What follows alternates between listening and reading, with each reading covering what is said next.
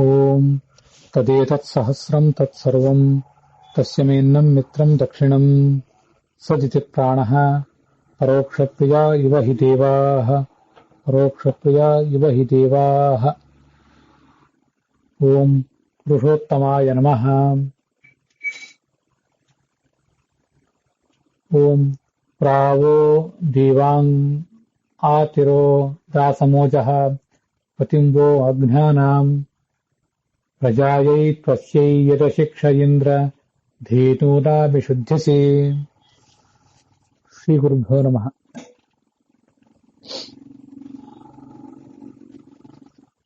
ಮಹಾಭಾರತಸ್ಯ ಅನುಶಾಸನ ಪರ್ವಣಿ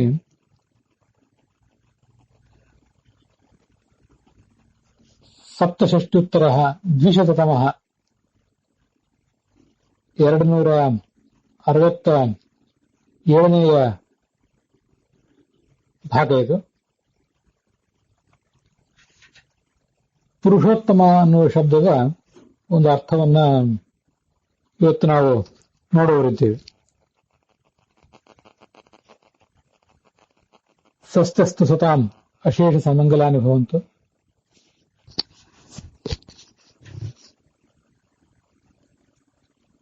ಪುರುಷೋತ್ತಮ ಪರಬ್ರಹ್ಮ ಗುಣಾಧಿಕತ್ವಾತ್ ಸರ್ವಗುಣಪೂರ್ಣತ್ವಾತ್ ಅನಂತ ಕಲ್ಯಾಣಗುಣ ಪರಿಪೂರ್ಣತ್ವಾತ್ ಪುರು ಇತಿ ಶಬ್ದತೆ. ತಸ್ಯ ಪುರುಷಬ್ದವಾಚ್ಯಸ್ಯ ಬ್ರಹ್ಮಣಃ ಜ್ಞಾನಯೋಗ್ಯಃ ಜ್ಞಾನಾರ್ಥಂ ಯತಮಾನಃ ಯಃ ಸಾಧಕಃ ಸಹ ಪುರುಷಃ ಇತಿ ಕಥ್ಯತೆ. ಪುರು ಗುಣಾಧಿಕಃ ಪರಮಾತ್ಮ ತತ್ ಸತ್ವಂ ಜ್ಞಾತುಂ ಯತಮಾನಃ ಜೀವ ಏವ ಪುರುಷಃ. ಯದ್ಯಪಿ ಸರ್ವೇ ಜೀವಾಃ ये देहाख्ये पुरे वर्तन्ते ते सर्वेपि पुरुषाः एव. तत्रापि विशिष्य ये ब्रह्म ज्ञातुं प्रयतन्ते ते एव पुरुषाः. ते च पुरुषाः देवर्षि पितृपाः नराः इति. नरास्तु सामान्याः मनुष्याः. ततश्च चक्रवर्तिनः, तदनन्तरं वर्तमानाः चिरपितरः,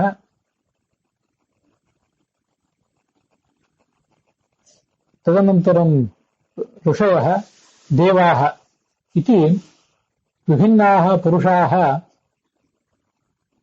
परब्रह्म ज्ञात्वा मुक्तिं प्राप्तुं यतमानाः दृश्यन्ते श्रूयन्ते शास्त्रेषु. तेषु सर्वेषु पुरुषेषु अयमुत्तमः. तेभ्यः सर्वेभ्यः पुरुषेभ्यः अयमुत्तमः. संसारे न कदाचन बद्धः, नापि स्वस्य कर्मानुष्ठान प्रभृति साधनं कृत्वा मोक्षं प्राप्तुं यतमानः अयं परमात्मा. स एव पुरुषः, स एव पुरुषोत्तमः. तस्य पुरुषोत्तमस्य स्तोत्रम् अस्मिन्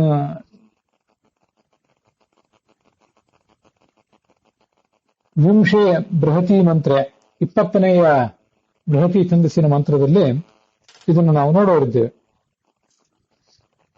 ಅದಕ್ಕೆ ಮೊದಲು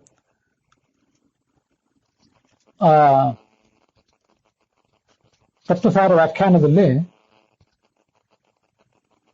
ರಘುನಾಥ ತೀರ್ಥ ಹೇಳುವಂತಹ ಅರ್ಥಗಳನ್ನ ಗಮನಿಸೋಣ. ಹಿಂದಿನ ಮಂತ್ರದಲ್ಲಿ ರೋದಸಿ ಅಂದ್ರೆ ದ್ಯುಲೋಕದ ದೇವತೆ ಮತ್ತು ಭೂಲೋಕದ ದೇವತೆ ಅವರು ಈ ಭಗವಂತನನ್ನ ರಕ್ಷಣೆಗಾಗಿ ಕರೆದರು ಅಂತ ಬಂದಿತ್ತು. ಅವರು ಮಾತ್ರ ಅಲ್ಲ, ನ ಕೇವಲಂ ರೋದಸಿ ಕಿಂತು ಸರ್ವೇ ದೇವಾಹ, ಎಲ್ಲ ದೇವತೆಗಳು ಕೂಡ ಭಯಗ್ರಸ್ತರಾಗಿ ನಿನ್ನನ್ನು ಕರೀತಾ ಇದ್ದಾರೆ ಅಂತ ಈ ಮಂತ್ರದಲ್ಲಿ ವ್ಯಾಖ್ಯಾನ ಮಾಡ್ತಾರೆ. ಆದ್ರಿಂದ ಅಸುರರಿಂದ ದೈತ್ಯ ಆಕ್ರಮಣದಿಂದ ಭೀತರಾದ ಆ ದೇವತೆಗಳನ್ನ ನೀನು ಆತುರಃ ರಕ್ಷಿಸಿದೆ, ಅತಾರಯ ಅಂತ ದಾಟಿಸಿದೆ ಅಂತ ಅರ್ಥ. ಅದಲ್ಲದೆ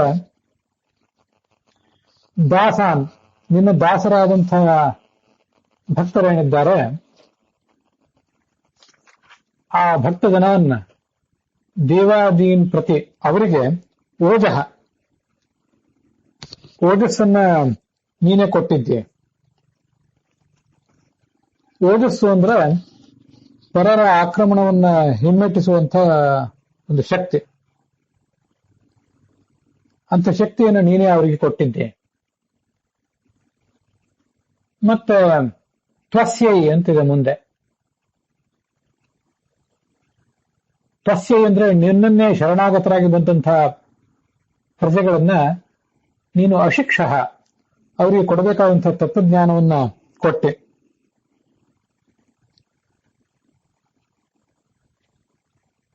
ದೇವತೆಗಳಿಗೆ ಮೊದಲಾದವರಿಗೆ ಓಜಸ್ಸನ್ನ ಶಕ್ತಿಯನ್ನು ಕೊಟ್ಟದ್ದು ಮಾತ್ರ ಅಲ್ಲ,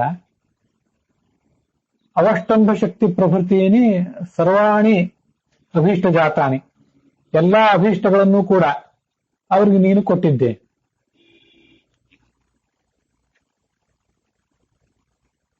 ಹೀಗೆ ನೀನೇ ಸರ್ವೋತ್ತಮನಾಗಿದ್ದೆ, ಪುರುಷೋತ್ತಮನಾಗಿದ್ದೆ. ಪತಿಂವಹ ಅಜ್ಞಾನ ಶೋಧೇನುನಾ ವಿಶುದ್ಧಿಸಿ ಅಂತ ಹಿಂದಿನಿಂದ ಅನುವರ್ತ ಆಗ್ತದೆ.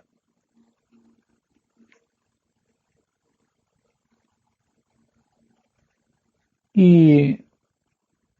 ಪುರುಷ ಶ ಅಂತಂದ್ರೆ, ಪುರು ಅಂದ್ರೆ ಶ್ರೇಷ್ಠವಾದ್ದನ್ನ ಶ್ರೇಷ್ಠವಾದವರಿಗೆ, ಶ ಅಂದ್ರೆ ಕೊಡುವವನು ಅಂತ ಮತ್ತೊಂದು ಅರ್ಥವೂ ಕೂಡ ಇದೆ. ಪುರೂಣಿ ಅವಷ್ಟಂಭ ಶಕ್ತ್ಯಾಧೀನಿ, ಇನ್ನೊಬ್ಬರನ್ನ ತಡೆ ಹಿಡಿಯುವ ಶಕ್ತಿಯೇ ಅವಷ್ಟಂಭ ಶಕ್ತಿ, ಶತ್ರುಗಳನ್ನ ತಡೆದು ಹಿಮ್ಮೆಟ್ಟಿಸುವಂತ ಶಕ್ತಿ.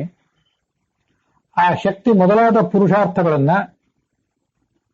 ಪುರು ಅಂದ್ರೆ ಶ್ರೇಷ್ಠವಾದಂತಹ ಈ ಪುರುಷಾರ್ಥಗಳನ್ನ ಪುರುಭ್ಯ ಶ್ರೇಷ್ಠರಾದ ದೇವಾದಿ ಭಕ್ತರಿಗೆ ಸನೋತಿ ಅಂದ್ರೆ ಕೊಡುತ್ತಾನೆ.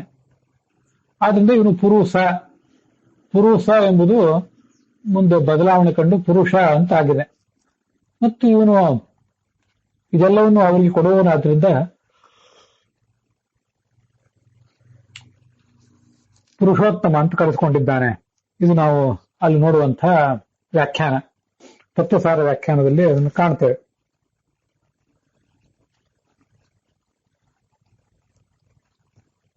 ಇದಕ್ಕೆ ನನಗೆ ಕಾಣುವಂತಹ ಅರ್ಥ ಈ ಮುಂದಿನಂತೆ ಹೀಗಿದೆ.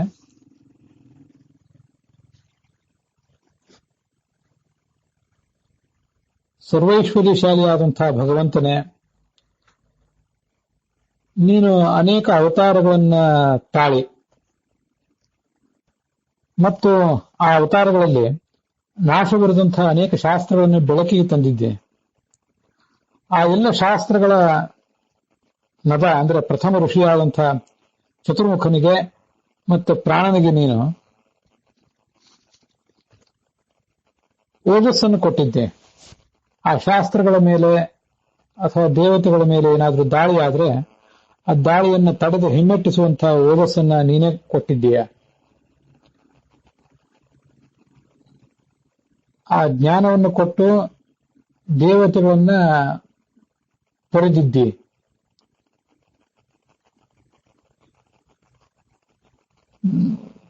ದೇವೋತ್ತಮನಾದಂತಹ ಚತುರ್ಮುಖ ಮತ್ತು ಪ್ರಾಣನನ್ನ ರಕ್ಷಿಸಿದ್ದಲ್ಲದೆ ಅವರ ನಂತರ ಇರುವಂತಹ ದೇವತೆಗಳನ್ನು ಕೂಡ ನೀನು ರಕ್ಷಿಸಿದ್ದಿ.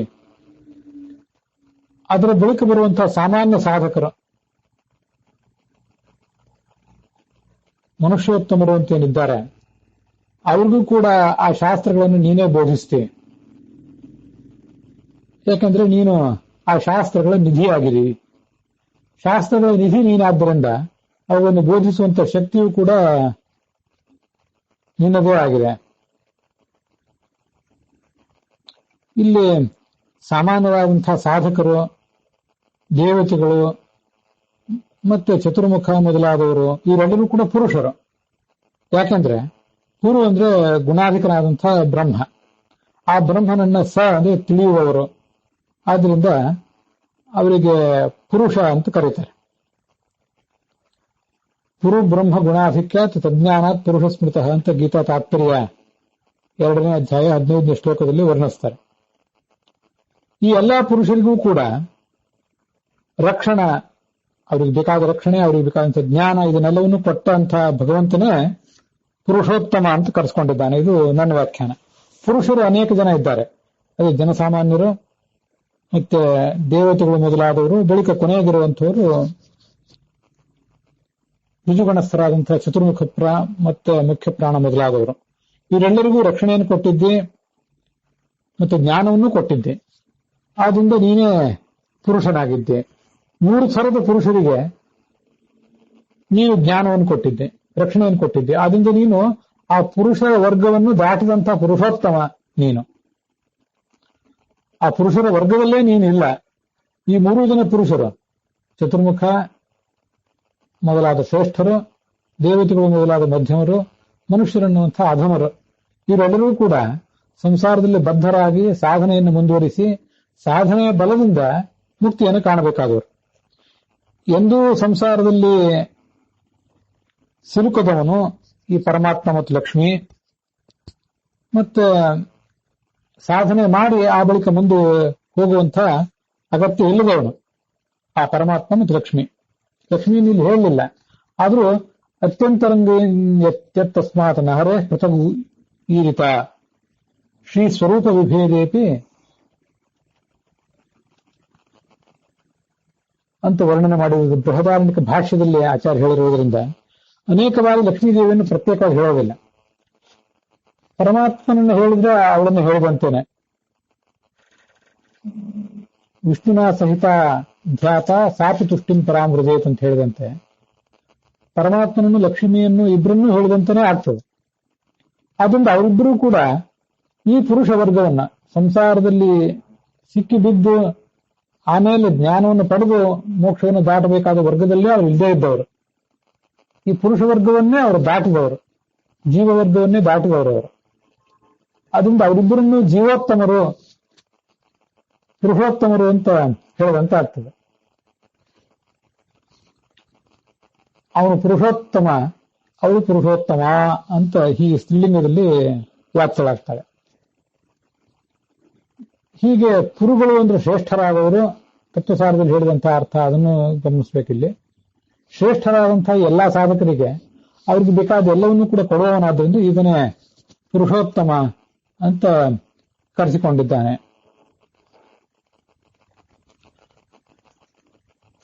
ಶ್ಲೋಕದ ಆ ಮಂತ್ರದ ಅನ್ವಯಾರ್ಥ ನೋಡೋಣ. ಹೇ ಇಂದ್ರ, ತ್ವಂ ನೀನು, ವಹ ಅಂದ್ರೆ ನಿನ್ನ ಅನೇಕ ಅವತಾರಗಳಲ್ಲಿ ಅಜ್ಞಾನ ನಾಶರಹಿತವಾದ ಶ್ರುತೀನಾಂ ವೇದಗಳ ಏನೊಂದು ಆವಿಷ್ಕಾರ ಮಾಡಿದ್ದೆ. ಅದರ ಪತಿಯಾದಂಥ, ಅದಕ್ಕೆ ಪತಿ ಅಂದ್ರೆ ಆ ವೇದಗಳ ಅಭಿಮಾನಿ ಹೌದು, ವೇದಗಳ ಮೊದಲ ಋಷಿ ಅಂಥ ನಿನ್ನ ದಾಸನೂ ಆದಂಥ ಚತುರ್ಮುಖ ಮತ್ತು ಮುಖ್ಯ ಪ್ರಾಣನನ್ನ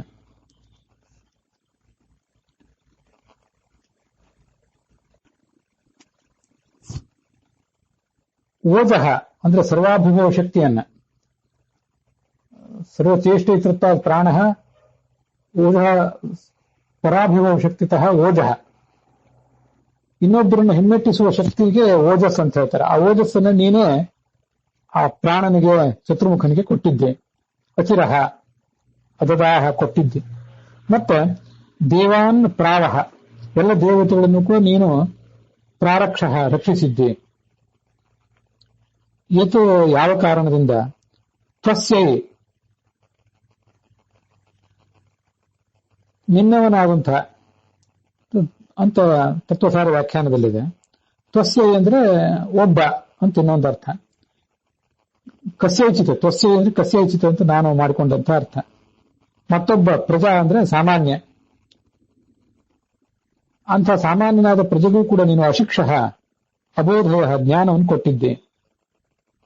ಹೀಗೆ ಸಾಮಾನ್ಯವು ನೀನು ಜ್ಞಾನವನ್ನು ಕೊಡುವವನಾದ್ರಿಂದ ನೀನೇ ಜ್ಞಾನದ ತತ್ವಜ್ಞಾನವೆಂಬ ಹಾಲನ್ನು ಕೊಡುವಂಥ ವೀರಶಾಸ್ತ್ರಗಳೆಂಬ ಧೇನುಗಳಿಗೆ ನೀನೇ ನಿಧಿ. ಸಾಮಾನ್ಯರಿಗೂ ದೇವತೆಗಳಿಗೂ ಚತುರ್ಮುಖಾದಿಗಳಿಗೂ ಕೂಡ ಪುರುಷರು ಅಂತ ಕರೆಸ್ಕೊಂಡಂಥ ಇವರೆಲ್ಲರಿಗೂ ಕೂಡ ಬ್ರಹ್ಮಜ್ಞಾನ ಯೋಗ್ಯರಾದಂಥ ಇವರೆಲ್ಲರಿಗೂ ಕೂಡ ರಕ್ಷಣವನ್ನ ಜ್ಞಾನವನ್ನು ಕೊಟ್ಟಿರುವುದರಿಂದ ನೀನೇ ಪುರುಷೋತ್ತಮ. ಇಲ್ಲಿ ತ್ವ ಶಬ್ದ ಬಂದಿದೆಯಲ್ಲ, ಆ ತ್ವ ಶಬ್ದದ ಬಗ್ಗೆ, ತ್ವಸ್ಯೈ ಅನ್ನೋ ಶಬ್ದದ ಬಗ್ಗೆ ಮತ್ತೆ ಪ್ರಾವಹ ಅನ್ನೋ ಶಬ್ದದ ಬಗ್ಗೆ ಅರ್ಥದ ದೃಷ್ಟಿಯಿಂದ ಒಂದು ಸ್ವಲ್ಪ ನಾವು ಗಮನಿಸಬೇಕು. ತ್ವಸ್ಯೈ ಅನ್ನೋದಕ್ಕೆ ತ್ವಾಮೇವ ಶರಣಮಿಚ್ಛಂತ್ಯ, ನಿನ್ನನ್ನೇ ಶರಣಾಗತರಾಗಿ ಬಂದವರು ಅಂತ ತತ್ವಸಾರ ವ್ಯಾಖ್ಯಾನದಲ್ಲಿದೆ. ಆ ಅರ್ಥನೂ ಗ್ರಾಹ್ಯನೇ. ನಾನು ಅದಲ್ಲದೆ ಮತ್ತೊಂದು ಅರ್ಥವನ್ನ ಹೀಗೆ ಒಬ್ಬ ಪ್ರಜಾ, ಅನೇಕ ಜನರಲ್ಲಿ ಒಬ್ಬ, ಮತ್ತೊಬ್ಬ ಅಂತ ಹೀಗೊಂದು ಅರ್ಥವನ್ನು ಯಾಕೆ ಇಟ್ಕೊಂಡಿದ್ದೇನೆ ಅಂದ್ರೆ, ಒಂದು ಮಾತು ಋಗ್ವೇದದಲ್ಲಿದೆ. ಋಚಾಂ ತ್ವಃ ಪೋಷಮಾಸ್ತೆ ಪುಷ್ಪಾನ್ ಗಾಯತ್ರಂತ್ವೋ ಗಾಯತಿ ಶಕ್ವರೀಷು ಅಂತ. ಈ ಒಬ್ಬ ಚತುರ್ಮುಖ ಬ್ರಹ್ಮ ಅಂದ್ರೆ ಏನು? ಮುಕ್ತಿಯಲ್ಲಿ ಅನೇಕ ಚತುರ್ಮುಖ ಬ್ರಹ್ಮರಿದ್ದಾರೆ, ಹಿಂದೆ ಆಗಿ ಹೋದವರೆಲ್ಲ. ಅವರಲ್ಲಿ ಒಬ್ಬ ಋಗ್ವೇದದ ಮೂಲಕ ಭಗವಂತನನ್ನ ಸ್ತುತಿಸ್ತಾ ಇದ್ದಾನೆ. ತ್ವಹ ಅಂದ್ರೆ ಒಬ್ಬ ಅಂತ ಅರ್ಥ, ಅವರಲ್ಲಿ ಒಬ್ಬ. ಗಾಯತ್ರಂತ್ವೋ ಗಾಯತಿ ಶಕ್ವರೀಷು, ತ್ವಹ ಮತ್ತೊಬ್ಬ ಶಕ್ವರಿ ಛಂದಸ್ಸಿನಲ್ಲಿ ಸಾಮವೇದವನ್ನ ಹಾಡ್ತಾ ಇದ್ದಾನೆ. ಹೀಗಿದು ನಾವೀಗ ಸಂಸ್ಕೃತ ಭಾಷೆಯಲ್ಲಿ ಸಹ ಅಂದ್ರೆ ಅವನು, ಸಾ ಅಂದ್ರೆ ಅವಳು ಅಂತೇನು ಶಬ್ದಗಳನ್ನು ಬಳಕೆ ಮಾಡ್ತೇವೆ.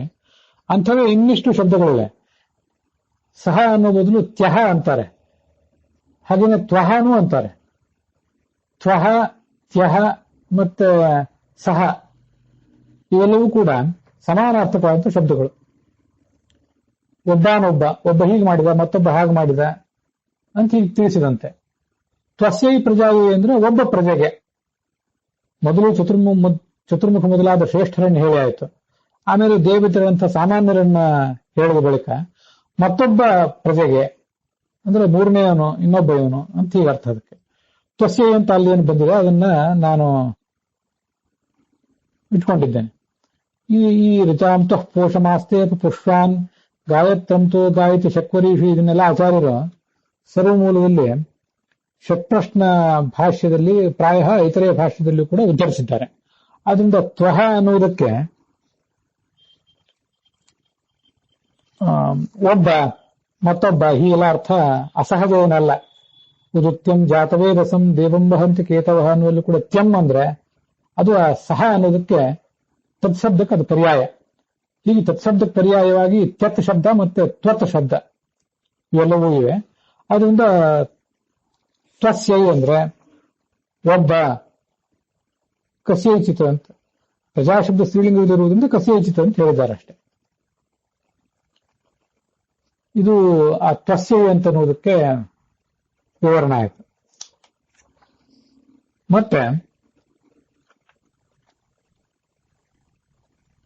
ಈ ಶ್ಲೋಕದಲ್ಲಿ ಪ್ರಾವಹ ಅಂತ ಶಬ್ದ ಇದೆ ಋಗ್ವೇದದ ಮಂತ್ರದಲ್ಲಿ, ಮೂಲ ಮಂತ್ರದಲ್ಲಿ. ಪ್ರಾವಹ ದೇವಾನ್ ಅತಿರಹ ದಾಸಮೋಜಃ ಅಂತ. ಪ್ರಾವಹ ಅಂತಂದ್ರೆ ಇದು ಅವರಕ್ಷಣೆ ಧಾತುವಿನ ಲಂಗ್ಲಕಾರ. ಆವತ್ ಆವತಾಂ ಆವನ್, ಆವಹ ಆವತಂ ಆವತ. ಅದಕ್ಕೆ ಪ್ರ ಅಂತ ಉಪಸರ್ಗ ಇದೆ. ಪ್ರಾವಹ ಅದು ಸಂಧಿಯಾಗಿ ಪ್ರಾವೋ ಅಂತ ಆಗಿದೆ. ಪ್ರಾವಹ ಅಂತಂದ್ರೆ ನೀನು ರಕ್ಷಿಸಿದಿ, ಅದಕ್ಕೆ ಪ್ರಾರಕ್ಷ ಅಂತ ಅರ್ಥ. ಸಾಯಣ ಭಾಷೆಯಲ್ಲಿ ಕೂಡ ಹಾಗೆ ಅರ್ಥ ಇದೆ. ಅಲ್ಲಿ ದಾಸ ಅಂತಂದ್ರೆ ಶತ್ರುಗಳನ್ನ ನೀನು ಓಡಿಸಿದೆ, ದೇವತೆಗಳನ್ನ ರಕ್ಷಿಸಿದೆ, ಮತ್ತೆ ಶತ್ರುಗಳಾದಂತಹ ದೈತ್ಯರನ್ನ ನೀನು ಓಡಿಸಿದೆ ಅಂತ ಅರ್ಥ ಅವರು ಮಾಡಿದ್ದಾರೆ. ದಾಸಂ ದೇವಾನಾಂ ಉಪಕ್ಷಯ ಕರ್ತಾರಂ ಅಸುರಂ ದಸು ಉಪಕ್ಷಯ ಅಂತ ಹೀಗೆ ಧಾತುಗಳಿವೆ. ಇನ್ನೊಬ್ಬರನ್ನ ಸುಲಿಯುವವನು, ನಾಶ ಮಾಡುವವನು ಅಂತ ಹೀಗೆ ಅರ್ಥ ಆಗ್ತದೆ. ಆದ್ರಿಂದ ಆ ದಾಸ ಅಂತನ್ನುವುದಕ್ಕೆ ದೇವತೆಗಳ ನಾಶಕ್ಕಾಗಿ ಹುಟ್ಟಿದಂಥವರು ಅಂತ ದಾಸರು ಅಂತ ಅರ್ಥವನ್ನ ಅಲ್ಲಿ ಮಾಡಿದ್ದಾರೆ. ಆದ್ರೆ ಪ್ರಾವಹ ಅಂತನ್ನೋದಕ್ಕೆ ಅರಕ್ಷಃ ಹೀಗೆ ಅರ್ಥ ಮಾಡಿದ್ದಾರೆ. ಈ ಪ್ರಾವಹ ಅನ್ನೋ ಶಬ್ದ ರಘುನಾಥ ತೀರ್ಥರ ವ್ಯಾಖ್ಯಾನದಲ್ಲಿ ಕಾಣ್ತಾನೆ ಇಲ್ಲ. ಅತಿರಹ ಅಂತನ್ನುವುದನ್ನೇ ಎರಡು ಬಾರಿ ಇಟ್ಕೊಂಡು ಅತಿರಹ ದೇವತೆಗಳನ್ನ ದುಃಖದಿಂದ ದಾಟಿಸಿದೆ. ದೇವಾನ್ ದುಃಖ ಜಾತಾತ್ ಅತಿರಹ. ಮತ್ತೆ ದಾಸರಿಗೆ ಅಂದ್ರೆ ಭಕ್ತರಿಗೆ ನೀನು ಅವರ ಅಭೀಷ್ಟಗಳನ್ನು ಕೊಟ್ಟು ಅವರನ್ನು ರಕ್ಷಿಸಿದೆ. ಅತಿರಹ ಅಂದ್ರೆ ದತ್ತವಾನಸಿ. ಹೀಗೆರಡು ಅರ್ಥಗಳನ್ನ ರಘುನಾಥ ತೀರ್ಥರು ಹೇಳ್ತಾರೆ. ಪ್ರಾವಹ ಅನ್ನೋ ಶಬ್ದ ಅಲ್ಲಿ ಕಾಣಿಸುವುದೇ ಇಲ್ಲ. ವಾಸ್ತವಿಕವಾಗಿ ಅನ್ವಯಾರ್ಥಕ್ಕೆ ಅನುಗುಣವಾಗಿ ಪ್ರಾವಹ ಅನ್ನುವ ಶಬ್ದದ ಅರ್ಥ ಅಲ್ಲಿ ಇರಬೇಕಾಗಿತ್ತು. ಅದು ಯಾಕೆ ಅಲ್ಲಿ ಇಲ್ಲ, ಅದೇನು ಸಮಸ್ಯೆ ಆಗಿದೆ ಅಂತ ಅನ್ನೋದು ಗೊತ್ತಾಗೋದಿಲ್ಲ. ಈ ರಘುನಾಥ ತೀರ್ಥರ ಬೃಹತಿ ಸಹಸ್ರದ ವ್ಯಾಖ್ಯಾನ ತತ್ವಸಾರವನ್ನ ಸಂಪಾದಿಸಿದವರು ನಮ್ಮ ಗುರುಗಳಾದಂತಹ ಶೇಷಗಿರಾಚಾರ್ಯರು ಕೆಲವು ಕಡೆ ಅಡಿ ಟಿಪ್ಪಣಿಗಳನ್ನು ಬರೆದು ಇಲ್ಲೇನೋ ಸಮಸ್ಯೆ ಇದೆ, ಗ್ರಂಥಕಾರರ ಲೇಖಕರ ಪ್ರಮಾದ ಇದ್ದಿರಬೇಕು ಅಂತ ಹೀಗೆಲ್ಲ ಕೆಲವು ಕಡೆ ಬರೀತಾರೆ. ಕೋಪಿ ಲೇಖಕ ಪ್ರಮಾದ ಸ್ಯಾತ್ ಇತ್ಯಾದಿ. ಹಾಗೆ ಇಲ್ಲೂ ಕೂಡ ಆಗಿದೆಯೋ ಏನೋ, ನನಗದ್ರ ಬಗ್ಗೆ ಹೆಚ್ಚಿಂದೇನು ನಿರ್ಣಯ ತಗೊಳ್ಳಿಕ್ಕೆ ಆಗ್ತಿಲ್ಲ. ಆದ್ರಿಂದಲೇ ಇವತ್ತಿನ ವ್ಯಾಖ್ಯಾನದಲ್ಲಿ ನಮಗೆ ಪ್ರಾವಹ ಅನ್ನೋದ್ರ ವಿವರಣೆ ಕಾಣಿಸ್ತಿಲ್ಲ. ಅದು ರಘುನಾಥ ತೀರ್ಥರ ವ್ಯಾಖ್ಯಾನದಲ್ಲಿ ಕಾಣಿಸ್ತಿಲ್ಲ. ಕಾಣಿಸದೆ ಹೋದ್ರೂ ಕೂಡ ಆ ಶಬ್ದಗಳಿಗೆ ಅನ್ವಯಾರ್ಥವನ್ನು ಸರಿಯಾಗಿ ಹೇಳಬೇಕು, ತಾತ್ಪರ್ಯವನ್ನು ಹೇಳಬೇಕು. ಅನ್ವಯಾರ್ಥ ಸರಿಯಾಗಿ ತಿಳಿದ್ರೇನೆ ಆ ತಾತ್ಪರ್ಯ ತಿಳಿಲಿಕ್ಕೆ ಸಾಧ್ಯ. ಅದಕ್ಕಾಗಿ ಆ ಅನ್ವಯಾರ್ಥವನ್ನು ಹೇಳಬೇಕು ಅನ್ನೋ ದೃಷ್ಟಿಯಿಂದ ಪ್ರಾವಹ ಅಂದ್ರೆ ರಕ್ಷಿಸಿದ್ದಿ, ಅವರಕ್ಷಣೆ ಧಾತುವಿನ ಲಂಗ್ಲಕಾರದ ಮಧ್ಯಮ ಪುರುಷದ ಏಕವಚನದ ಪ್ರಯೋಗ ಅದು. ಅದಕ್ಕಾಗಿ ಅದನ್ನೇ ಇಟ್ಕೊಂಡಿದ್ದೇನೆ. ದಾಸಾನು ಶಬ್ದಕ್ಕೆ ನಮ್ಮನ್ನು ಸುಲಿಯುವಂಥ, ನಮ್ಮನ್ನು ಉಪಕ್ಷೀಣರನ್ನಾಗಿ ಮಾಡುವಂಥ ಕಳ್ಳ ಶತ್ರುವೇ ಆಗ್ಬೇಕಾಗಿಲ್ಲ. ದಸ ದರ್ಶನ ದಂಶನಯೋಹೋ ಅಂತ ಹೀಗೆ ಧಾತು ಇದೆ. ದಸಿ ದರ್ಶನ ದಂಶನಯೋಹೋ ಅಂತ ಧಾತು ಇದೆ. ದಾಸೇ ಭಾಷಾಯಾಮ ಅಂತ ಧಾತು ಇದೆ. ದಸು ಉಪಕ್ಷಯ ಅಂತ ಧಾತು ಇದೆ. ಹೀಗೆಲ್ಲ ಅನೇಕ ಥರದ ಧಾತುಗಳು ಇರೋದ್ರಿಂದ ದರ್ಶನೆ ಒಡೆಯನನ್ನ ಯಾವತ್ತೂ ನೋಡ್ತಾ ನಿಂತವನು, ಏನು ಮಾಡಬೇಕು ಆತ ಹೇಳ್ತಾನೋ ಅದನ್ನು ಮಾಡ್ಲಿಕ್ಕಾಗಿ ನಿಂತವನು ಅಂತನೂ ಕೂಡ ದಾಸ ಅಂತ ಹೇಳ್ಬೋದು. ಭಾಷಾಯಾಮ್ ಅವನ ಮಾತನ್ನ ನಡೆಸಿಕೊಡುವಂಥವನು. ಈ ಅರ್ಥದಲ್ಲಿ ಕೂಡ ಅವನನ್ನು ದಾಸ ಅಂತ ಹೇಳ್ಬೋದು. ಅದರಿಂದ ದಾಸರು ಅಂದ್ರೆ ಭಕ್ತರು ಅಂತ ಅರ್ಥ ಕೂಡ ಆಗಬಹುದು. ಬೇರೆ ಹಲಾಯುಧ ಕೌಶ ಮೊದಲಾದ ಕಡೆ ಕಾಣುವಂತೆ ದಾಸ್ಯತೆ ಜೀಯತೆ ಭೃತಿ ಮೂಲ್ಯಾಧಿಕಂ, ಯಾರಿಗೆ ನಾವು ಸಂಬಳ ಇತ್ಯಾದಿಗಳನ್ನು ಕೊಡ್ತೇವೆ ಅಂಥವನೇ ದಾಸ. ನಾವು ಕೊಟ್ಟ ಸಂಬಳವನ್ನು ಸ್ವೀಕಾರ ಮಾಡಿ ನಮ್ಮ ಕೆಲಸಗಳನ್ನ ಮಾಡುವಂಥವನು. ಹೀಗೆ ದಾಸನೆನಿಸಿಕೋ, ನಿನ್ನ ದಾಸನೆನಿಸಿಕೋ ಅಂತ ದಾಸರ ಹಾಡಿದ್ದು ಇದಕ್ಕಾಗೆ. ಮತ್ತೆ ಮತ್ತೊಂದು ದಾಸರ ಹಾಡು ಕೂಡ ನನಗೆ ನೆನಪಿಗೆ ಬರ್ತದೆ. ಸಂಬಳಕ್ಕೆ ಇಟ್ಟುಕೊಳ್ಳೋ ಇನ್ನ ಭಗವಂತನೇ ಅಂತ. ಪೂರ್ಣ ಹಾಡು ನೆನಪಿಲ್ಲ, ಅದನ್ನ ನೀವು ನೆನಪಿದ್ದವರು ಅದನ್ನ ಅನುಸಂಧಾನಕ್ಕೆ ತಂದ್ಕೋಬಹುದು. ಈಗ ನನ್ನನ್ನು ದಾಸ ಅಂತ ಅನ್ಸಿಕೋ, ನನಗೆ ಸಂಬಳ ಕೊಡು, ಜ್ಞಾನಭಕ್ತಿ ವೈರಾಗ್ಯಗಳೆಂಬ ಸಂಬಳಗಳನ್ನು ಕೊಟ್ಟು ನಿನ್ನ ದಾಸನನ್ನಾಗಿ ಮಾಡಿಕೊ ಅಂತ ಕೇಳ್ಕೊಳ್ಳೋದು ಅದಕ್ಕಾಗಿ. ಅದರಿಂದ ಸಂದರ್ಭಕ್ಕನುಸಾರವಾಗಿ ದಾಸ ಅನ್ನೋದಕ್ಕೆ ಭಕ್ತ ಅಂತನೂ ಕಳ್ಳ ಅಂತನೂ ಅರ್ಥ ಬರಬಹುದು. ಹಿಂದೆ ಕೂಡ ಶತ್ರು ದಾಸಾಯ ಭೀಯಸಂ ದದಾತಿ ಅಂತ ಇದೇ ಬೃಹತಿ ಸಹಸ್ರದಲ್ಲೇ ಬಂದಿತ್ತು ಆ ಶಬ್ದ. ಅದಕ್ಕನುಗುಣವಾಗಿ ದಾಸ ಅನ್ನೋದಕ್ಕೆ ಭಕ್ತ ಜನರು ಅಂತ ಅರ್ಥವನ್ನ ನಾವು ಸ್ವೀಕಾರ ಮಾಡೋಣ. ಅದರಂತೆ ಈ ಅರ್ಥವನ್ನು ಕೂಡ ಇಲ್ಲಿ ನೋಡಿದ್ದೇವೆ. ಪ್ರಾರಹ ದೇವತೆಗಳನ್ನ ರಕ್ಷಿಸಿದೆ, ದಾಸರಿಗೆ ಅವರಿಗೆ ಕೊಡಬೇಕಾದ್ದನ್ನ ಕೊಟ್ಟೆ ಅಂತ ಇಷ್ಟಾರ್ಥಗಳು. ಹೀಗೆ ಇದೆಲ್ಲರಿಗೂ ಕೂಡ ನೀನು ಇದೆಲ್ಲವನ್ನೂ ಕೊಟ್ಟಿದ್ದೆ. ಆ ಎಲ್ಲ ಪುರುಷ ವರ್ಗದಿಂದ ನೀನು ಮೀರಿ ದೂರ ಇದ್ದಿ. ಆ ಪುರುಷರನ್ನೇ ದಾಟಿ ನೀನು ದೂರ ಇರುವವನಾದ್ರಿಂದ, ಸಂಸಾರಕ್ಕೆಂದೂ ಬಂದವನೇ ಅಲ್ಲ, ಆದ್ರಿಂದ ನಿನಗೆ ಪುರುಷ ಅಂತ ಕರೀತಾರೆ. ದೇಶತಃ ಕಾಲತಶ್ಚೈವ ಸಮಾ ಪ್ರಕೃತಿರೀಶ್ವರೇ ಉಭಯೋರ ಪ್ರಬದ್ಧತ್ವಂ ತದಬಂಧ ಪರಾತ್ಮನಃ.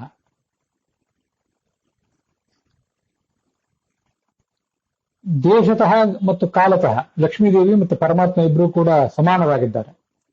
ಬ್ರಹ್ಮಸೂತ್ರ ಭಾಷ್ಯದ ಮಾತುಗಳು ಸಮನಾಚ ಅಸೃತ್ಯುಪಕ್ರಮಾತ್ ಅಂತ ಸೂತ್ರದಲ್ಲಿ. ಎಲ್ಲ ದೇಶಗಳಲ್ಲಿ ಎಲ್ಲ ಕಾಲದಲ್ಲೂ ವ್ಯಾಪ್ತರಾದವರು ಲಕ್ಷ್ಮಿ ಮತ್ತು ಪರಮಾತ್ಮರು, ಪುರುಷ ಮತ್ತು ಪ್ರಕೃತಿಗಳು. ಉಭಯೋರಪಿ ಅಬದ್ಧತ್ವಂ, ಇವರಿಬ್ಬರೂ ಕೂಡ ಸಂಸಾರದಲ್ಲಿ ಎಂದೂ ಬದ್ಧವೇ ಅಲ್ಲ. ತದ್ ಅಬಂಧ ಪರಾತ್ಮನಃ. ಲಕ್ಷ್ಮೀದೇವಿ ಸಂಸಾರದಲ್ಲಿ ಯಾಕೆ ಬದ್ಧವಲ್ಲ ಅಂದ್ರೆ ಅದು ಪರಮಾತ್ಮನ ಅನುಗ್ರಹದಿಂದ. ಸ್ವತಃ ಪರೇಶಸ್ಯ, ಪರಮಾತ್ಮ ಮಾತ್ರ ಸ್ವಯಂ ಸಾಮರ್ಥ್ಯದಿಂದಲೇ ಸಂಸಾರದಲ್ಲಿ ಬದ್ಧನಲ್ಲ. ಸಾಚ ಉಪಾಸತೆ ಸದಾ ಹರಿಂ, ಯಾವತ್ತೂ ಭಗವಂತನನ್ನು ಉಪಾಸಿಸ್ತಾ ಇರ್ತಾಳೆ.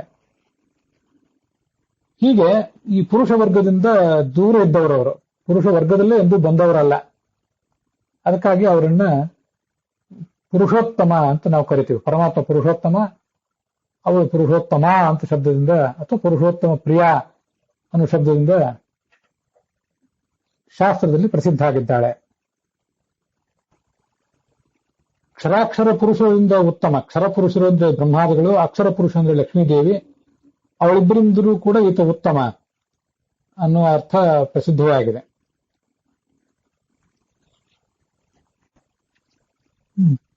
ಪುರುಷ ಅಂದ್ರೆ ಬ್ರಹ್ಮಜ್ಞಾನಿ ಅಂತ ಅರ್ಥ ಇದೆ, ಪರಮಾತ್ಮನ ತಿಳ್ಕೊಳ್ಳುವ ಪ್ರಯತ್ನ ಮಾಡುವವನು. ಅದರಲ್ಲೂ ಪುರುಷ ಶಬ್ದಕ್ಕೆ ವಾಚ್ಯಳಾದವಳು, ಅತ್ಯಂತ ಮುಖ್ಯವಾಗಿ ವಾಚ್ಯಳಾದವಳು ಲಕ್ಷ್ಮೀದೇವಿ. ಯಾಕಂದ್ರೆ ಪರಮಾತ್ಮನನ್ನ ಅತ್ಯಂತ ಹೆಚ್ಚು ತಿಳಿದವಳು. ಈ ಜೀವಕೋಟಿಯಲ್ಲೇ ಆ ಪರಮಾತ್ಮನನ್ನ ಅತ್ಯಂತ ಹೆಚ್ಚಾಗಿ ತಿಳಿದಂಥವಳು ಲಕ್ಷ್ಮೀದೇವಿ. ಆದ್ರಿಂದ ಅವಳನ್ನೇ ಪುರುಷ ಅಂತ ಶಾಸ್ತ್ರದಲ್ಲಿ ಹೇಳ್ತಾರೆ. ಮಹಾಪುರುಷ ಅಂತನೂ ಕೂಡ ಅವಳನ್ನು ಹೇಳ್ತಾರೆ. ವಿಷ್ಣು ಪತ್ನಿ ಮಹಾಮಾಯೆ ಮಹಾಪುರುಷ ಲಕ್ಷಣೆ ಪ್ರಿಯೇ ಥಾಮೆ ಮಹಾಭಾಗೆ ಲೋಕಮಾತರ್ ನಮೋಸ್ತುತೆ ಅಂತ. ಹೀಗೆ ಮಹಾಪುರುಷ ಅನ್ನೋ ಶಬ್ದದಿಂದ ಅವಳನ್ನು ಹೇಳ್ತಾರೆ. ಮತ್ತೆ ಗೀತಾ ಪ್ರಸ್ಥಾನದಲ್ಲೂ ಕೂಡ ಜೀವೋತ್ತಮ ಅಂತ ಆ ಲಕ್ಷ್ಮೀದೇವಿಯನ್ನು ಕರೆದಿದೆ. ಸಾಹಿನೋ ವ್ಯಜ್ಯತೆ ವಿಷ್ಣುರತ್ನ ಕ್ಷೇತಿ ಮಹಾಗುಣ ಜೀವೋತ್ತಮ. ಹೀಗೆ ಮಹಾಪುರುಷ ಜೀವೋತ್ತಮ ಅಂತ ಲಕ್ಷ್ಮೀದೇವಿ.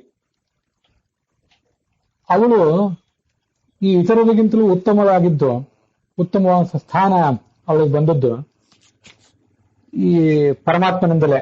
ಚತುರ್ಮುಖನಿಗೂ ಜೀವೋತ್ತಮ ಅನ್ನುವ ಸ್ಥಾನ ಬಂದದ್ದು ಈ ಪರಮಾತ್ಮನಿಂದಲೇ. ಅದಕ್ಕಾಗಿ ಅವನನ್ನ ಪುರುಷೋತ್ತಮ ಅಂತ ಶಾಸ್ತ್ರದಲ್ಲಿ ವರ್ಣಿಸ್ತಾರೆ.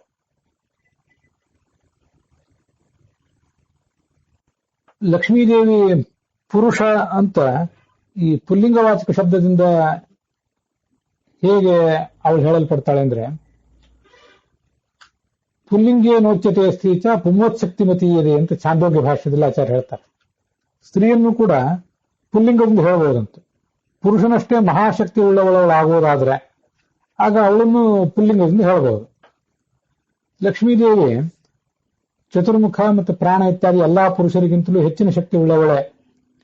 ಪರಮಾತ್ಮನಷ್ಟು ಶಕ್ತಿ ಉಳ್ಳವಳಾಗಲಿಕ್ಕಿಲ್ಲ, ಆದರೂ ಅವರೆಲ್ಲರಿಗಿಂತ ಹೆಚ್ಚಿನ ಶಕ್ತಿ ಉಳ್ಳವಳೆ. ಆದ್ರಿಂದ ಅವಳನ್ನ ಪುಲ್ಲಿಂಗದಲ್ಲೇ ಹೇಳ್ತಾರೆ.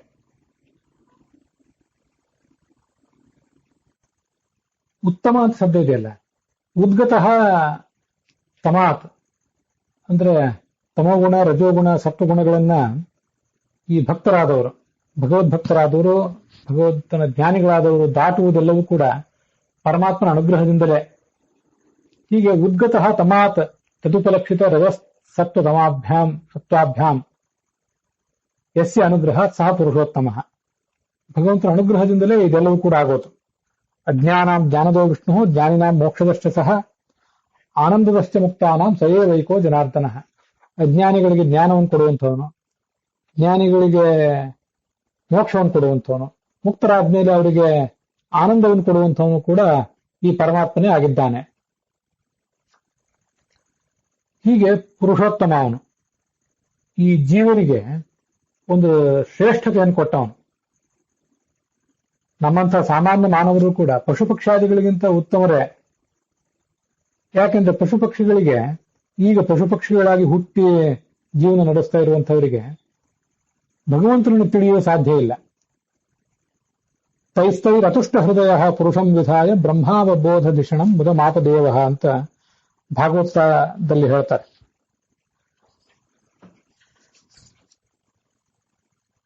ವೃಕ್ಷಾನ್ ಖರೀ ಸೃಪ ಖಗಾನ್, ಬೇರೆ ಬೇರೆ ಥರದ ಪ್ರಾಣಿಗಳನ್ನು ಹುಟ್ಟಿಸಿದ ಪರಮಾತ್ಮ. ವೃಕ್ಷಗಳನ್ನ, ಪಕ್ಷಿಗಳನ್ನ, ಪ್ರಾಣಿಗಳನ್ನೆಲ್ಲ ಹುಟ್ಟಿಸಿದ. ಅವಕ್ಕೆಲ್ಲದಕ್ಕೂ ಅನೇಕ ಥರದ ಶಕ್ತಿಗಳಿವೆ. ಅಷ್ಟೆಲ್ಲ ಶಕ್ತಿಗಳಿದ್ರೂ ಕೂಡ ಪರಮಾತ್ಮನನ್ನು ತಿಳಿಯುವ ಶಕ್ತಿ ಮಾತ್ರ ಅವಕ್ಕಿಲ್ಲ. ಆದ್ರೆ ಬ್ರಹ್ಮಾವಬೋಧ ದಿಷಣಂ, ಪರಮಾತ್ಮನನ್ನು ತಿಳಿಯುವಂತ ಶಕ್ತಿ ಇರುವುದು ಈ ಜೀವನಿಗೆ ಮಾತ್ರ. ಮನುಷ್ಯ, ಪಿತೃ, ಚಕ್ರವರ್ತಿ, ಋಷಿಗಳು, ದೇವತೆಗಳು ಅಂತ ಕರೆಸ್ಕೊಂಡಿರುವಂತಹ ಈ 5 ವರ್ಗದ ಸಾಧಕರೇನಿದ್ದಾರೆ ಇವರಿಗೆ ಮಾತ್ರ. ಅದರಿಂದ ಇವರನ್ನೇ ಪುರುಷ ಅಂತ ಹೇಳ್ತಾರೆ. ಇಂತಹ ಪುರುಷರಿಗೆ ಆ ಉತ್ತಮತ್ವ ಬಂದಿರುವುದು. ಪುರುಷರಿಗಿಂತ ಪರಮಾತ್ಮ ಉತ್ತಮ, ಅದೊಂದರ್ಥ. ಈ ಪುರುಷರಿಗೆ ಒಂದು ಶ್ರೇಷ್ಠತೆ, ಬ್ರಹ್ಮಜ್ಞಾನ ಯೋಗ್ಯತ್ವ ಬಂದಿರುವುದೇ ಆ ಪರಮಾತ್ಮ ಅನುಗ್ರಹದಿಂದ. ಅಂತಸ್ಥ ಪುರುಷೋ ನಾಮ ಜ್ಞಾನದ ಸರ್ವದೇಹಿನಾಂ ಬಹಿಸ್ಥ ಈಶ್ವರೋ ನಾಮ ಜ್ಞಾನಾದಿ ಫಲದೋ ಹರಿಹಿ ಅಂತ ಹೇಳ್ತಾರೆ. ನಮ್ಗೆಲ್ಲರಿಗೂ ಪುರುಷ ಅಂತ ಹೇಳ್ತಾರಲ್ಲ, ಪುರುಷರು ಅಂದ್ರೆ ನಾವು ಜ್ಞಾನವನ್ನು ಪಡ್ಕೊಳ್ಳುವ ಯೋಗ್ಯತೆ ಇದ್ದವರು.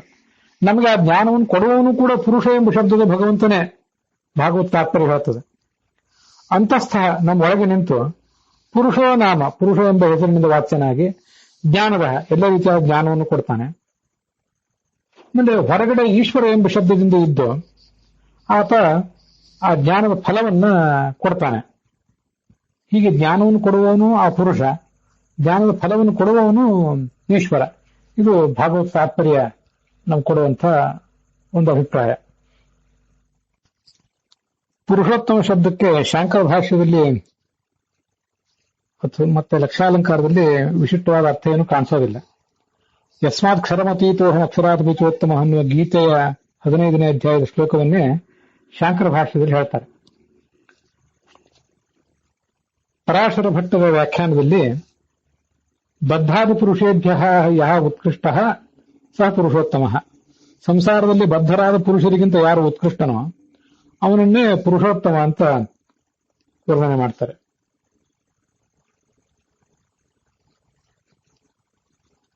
ಅದು ನಿತ್ಯ ಮುಕ್ತ ಅನ್ನುವ ಅರ್ಥ, ಅವರು ಕೂಡ ಹೇಳುವಂತಹ ಅರ್ಥ ಅದು.